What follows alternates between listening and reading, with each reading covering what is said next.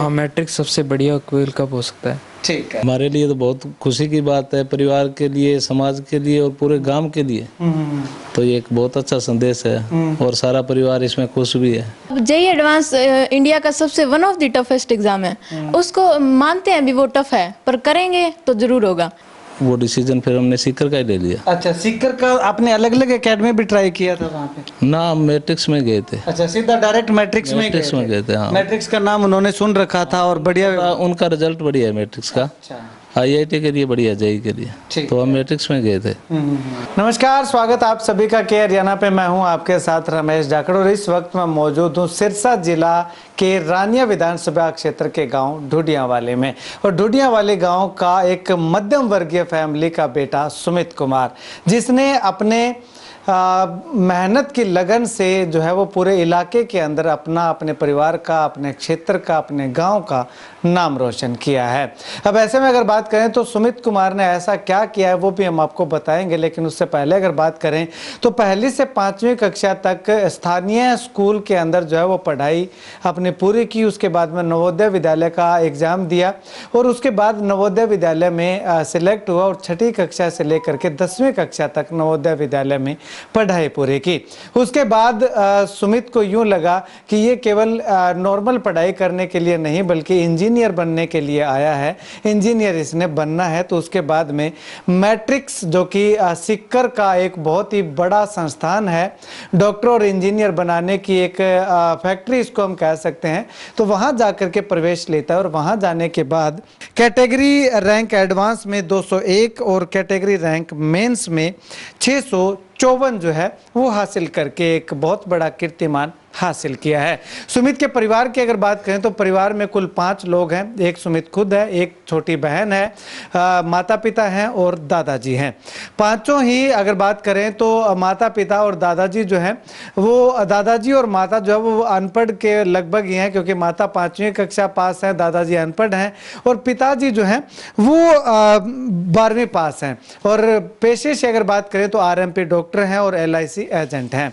खैर, अभी इस वक्त ढूडियावाली गांव का होनहार सुमित मेरे साथ मौजूद है।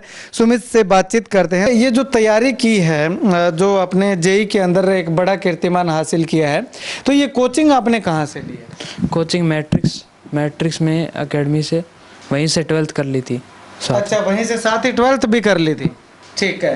तो सुमित, आपको मैट्रिक्स के बारे में किसने बताया कि मैट्रिक्स में जाना चाहिए? हमारे अंकल है विकास जी, उन्होंने हमें यहाँ पे आके बताया था। उन्होंने वहाँ से तैयारी की थी या अपने बेटे को करवाई थी?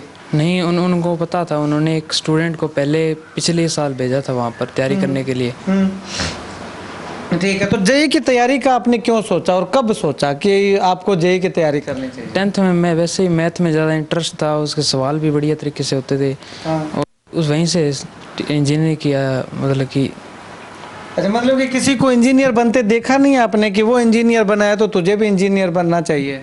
नहीं। अच्छा, वैसे मैथ में इंटरेस्ट ज़्यादा था तो इसमें जेईई में जाने का? हाँ, वैसे मैथ में इंटरेस्ट ज़्यादा। अच्छा, तो शुरुआत में सबसे बड़ा चैलेंज जेईई की तैयारी आप प्रिपरेशन करने लगे तो क्या सबसे बड़ा चैलेंज मानते हैं? सबसे बड़ा चैलेंज था वो सिटिंग और वहाँ पर रहकर मतलब कि स्टडी करना। अच्छा, वो माहौल, उसमें बैठ से मतलब उसमें सिटिंग बनाना। ठीक है। सिटिंग बनाना सबसे बड़ा चैलेंज आपको लगा था, तो वो बन नहीं रही थी यहाँ पे? वहाँ पे पहले 3 महीने तक नहीं बनी थी, उसके बाद नंबर में इम्प्रूवमेंट सोचा। ठीक है। तो आपको जैसे आप स्टार्टिंग में वहाँ पे गए तो सीटिंग जो है वो चैलेंज लगने लगा, लेकिन उसके बाद में एक ख्याल ये भी आया होगा कि हाँ, अब मैं जो है वो ये एग्ज़ाम क्रैक कर सकता हूँ, तो वो आपको कब लगने लगा था? वो जब 12th, जैसे ही हमने 12th का कोर्स पूरा हुआ उसके बाद हमने रिवीजन करी एक बार, तब लगने लग गया था। अच्छा, कोर्स पूरा होने के बाद जब रिवीजन किया तब आपको लगा कि हाँ, ये पास कर सकते हो? हाँ, और आखिरकार कर ही दिखाया? कर दिया। ठीक है। तो रिजल्ट जब सुमित आपका मेंस का और एडवांस का जब रिजल्ट आया अलग अलग समय पे, तो तब आप कहाँ पे थे और आपके घर पे जो है वो रिएक्शन क्या था? जब मेंस का रिजल्ट आया था तब मैं वहीं पर था, तैयारी कर रहा था दूसरे मेंस के लिए। और जब दोबारा मेंस हुआ था तब मैं एडवांस के लिए तैयारी कर रहा था। घर पे सब खुश थे, वहाँ पे मिठाई बांटी जा रही थी, बढ़िया। अच्छा, वीडियो कॉल करके दिखाया था कि हाँ ये देख ले। हाँ, वीडियो कॉल किया था। अच्छा, वीडियो कॉल से किया था, ठीक है। तो आपने तैयारी जब की तो शेड्यूल जो है वो आपका क्या रहता था? सुबह उठने से लेकर के और शाम को सोने के वक्त तक जो है वो क्या टाइम टेबल आपने तैयार किया था? सुबह मैं 7 बजे उठता था, उसके बाद जो बीच का नहाने नुने का काम होता है वो करके 8 बजे से बैठ जाता था, 8 से 11 बजे तक। 11 बजे के बाद मैं खाना खा लेता था, उसके बाद एक छोटा सा नैप यानी कि नींद वगैरह पर लेके फिर 2 बजे से मेरी कोचिंग हो जाती थी। 2 से फिर मैं 8 बजे तक कोचिंग में रहता था। 8 से तब आता था, 9 बजे तक खाना हो जाता था। खाने के बाद 9 से 12 बजे तक रात को स्टडी। ठीक है। तो वहाँ पे अकेले रहते थे आप? नहीं, मेरे रूममेट थे वैसे तो। नहीं, वैसे यहाँ से तो आपके मम्मी पापा या दादा दादी कोई साथ नहीं? वहीं पे हॉस्टल में रहते थे अकेले। अच्छा, हॉस्टल में रहते थे। तो वहाँ पे हॉस्टल का सुविधा वगैरह कैसी थी? हॉस्टल में सुविधा बढ़िया थी, सब कुछ बढ़िया था। ठीक है। तो अब वहाँ मैट्रिक्स की अगर बात करें सुमित, तो वहाँ पे जैसे कई बच्चों के डाउट्स होते हैं कि क्लास के अंदर डाउट्स रह गए हैं कुछ, तो वो डाउट क्लियर करने का या वहाँ पे पढ़ाने का तरीका जो है वो कैसे था, थोड़ा सा बता पाएंगे? बढ़िया था वैसे। डाउट के लिए हम तो क्या करते थे, क्लास के बाहर जैसे टीचर रुकते थे उनसे पूछ लेते थे। 10-15 मिनट बचती थी, ब्रेक होता था, उसमें कर लेते थे डाउट। वैसे डाउट काउंटर स्पेशल भी लगता था। अच्छा, कभी कभार उसमें भी चले जाते थे। ठीक है। तो डाउट काउंटर से ज़्यादा सवाल आप डाउट क्लियर करवाते थे या टीचर से डायरेक्ट ही करवा लेते थे? टीचर से डायरेक्ट ही करा लेते थे। ठीक है। पढ़ाने का तरीका वहाँ पे टीचर्स का कैसा? बढ़िया था, सबसे टॉप। कभी ऐसा लगा आपको कि हाँ अब टीचर पढ़ा रहे हैं यार, समझ में नहीं आ रहा, क्या करें, अब तो एडमिशन भी ले लिया, यहाँ पे कहीं फंस गए? बीच बीच में से लगता था। वैसे वो टॉपिक ही ज़्यादा हार्ड आते थे, समझ में नहीं आते। फिर बाद में 2-4 बार रिवीजन करी थी, तब समझ में आ गए थे। अच्छा, तब समझ में आ गए थे। तो वहाँ पे कोई ऐसे मतलब कि गुस्सा तो नहीं होते थे आप बार बार डाउट जब क्लियर करवाने के लिए जाते थे कि सर ये डाउट है? किसी तरह का कोई गुस्सा या किसी तरह की कोई जेलसी वगैरह? नहीं, गुस्सा नहीं होता था, वैसे ही नॉर्मली। नॉर्मल है, ठीक है। तो दूसरे जो स्टूडेंट हैं जो अभी 10वीं कर रहे हैं या जो आपके साथी हैं, उनको क्या मैसेज देना चाहेंगे? दूसरों को ये मैसेज देना चाहूँगा कि हार्ड वर्क और सिटिंग पर ज़्यादा फोकस करें।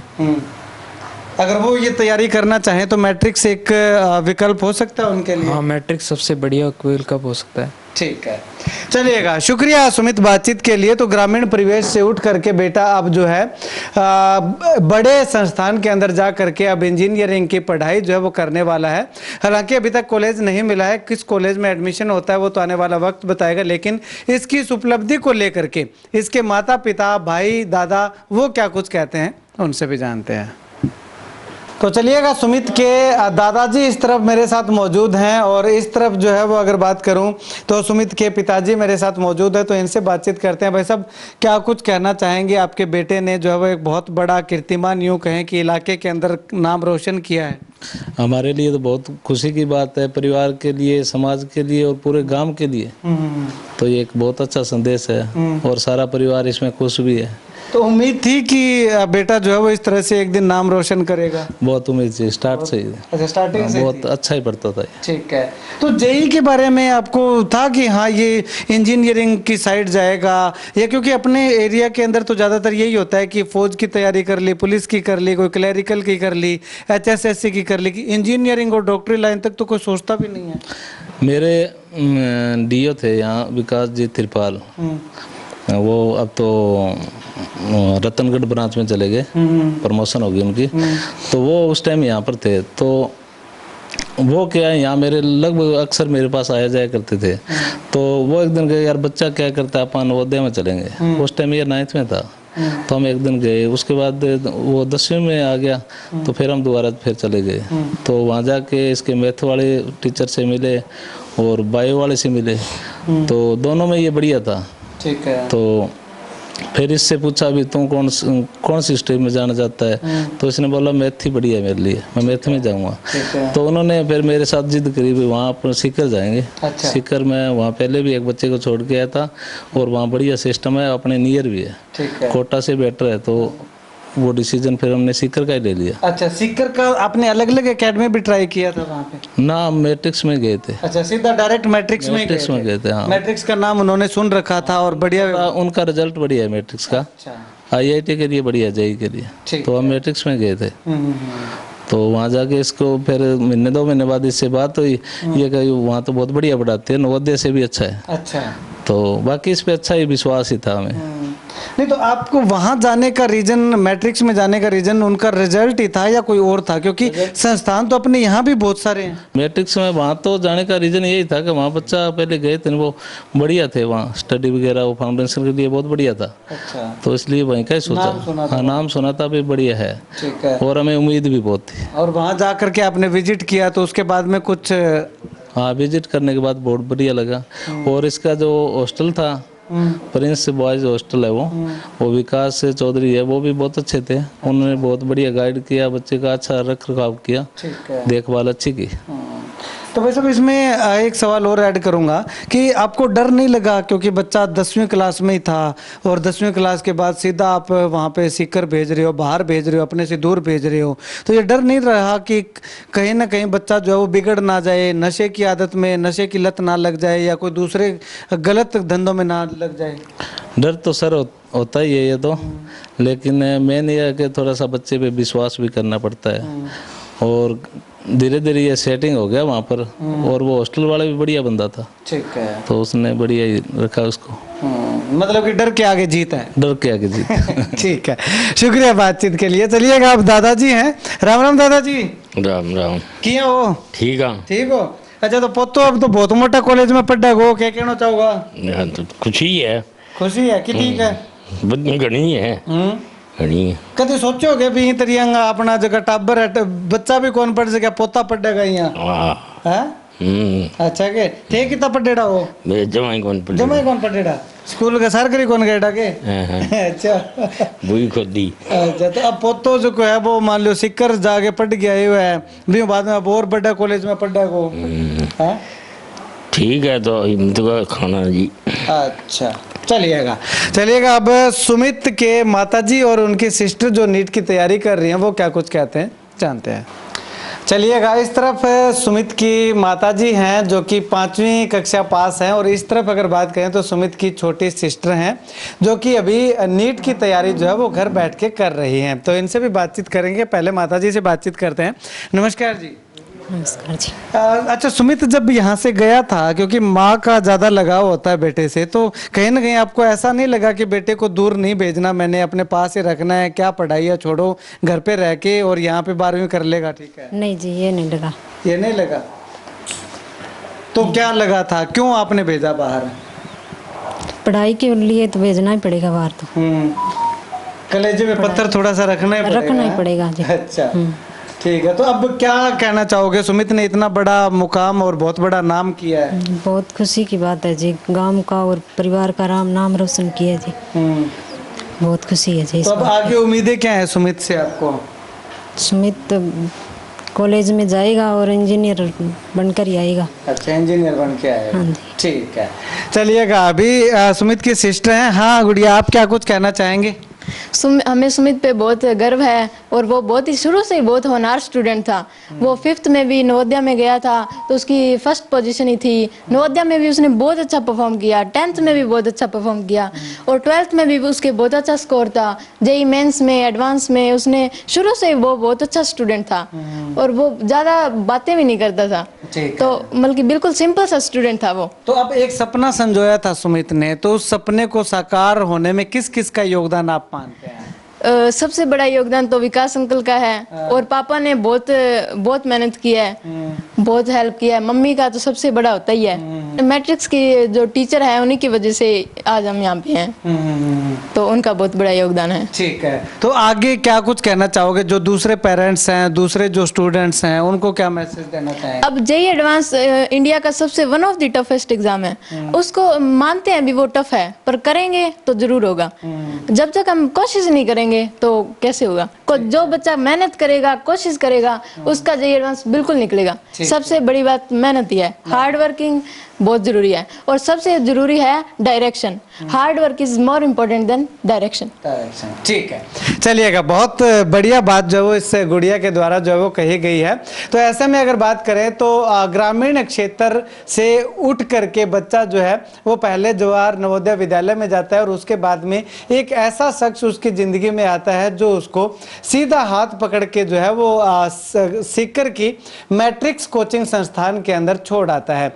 वहाँ जो उसने सपने संजोए थे उन सपनों को साकार करने में जो मैट्रिक्स कोचिंग संस्थान सीकर है उसने बहुत बड़ा और अहम योगदान जो है वो दिखाया है। और उसी की बदौलत और घर वालों की सपोर्ट की बदौलत, खुद की मेहनत की बदौलत सुमित आज जो है वो देश के टॉप संस्थानों के अंदर IIT में एडमिशन लेकर के और इंजीनियर बनने का जो ख्वाब उसने देखा था उसको पूरा करने का लगातार कदम बढ़ाता हुआ दिखाई दे रहा है। खैर, आप इस वीडियो को लेकर के, सुमित की इस मेहनत को लेकर के, इस प्रयास को लेकर के और ग्रामीण अंचल से उठ करके इस लेवल पर जाने के इस सपने को लेकर के क्या कुछ कहना चाहेंगे? और मैट्रिक्स कोचिंग संस्थान के बारे में आप कितना जानते हैं, कैसा संस्थान है? कमेंट सेक्शन में कमेंट करके ज़रूर बताइएगा।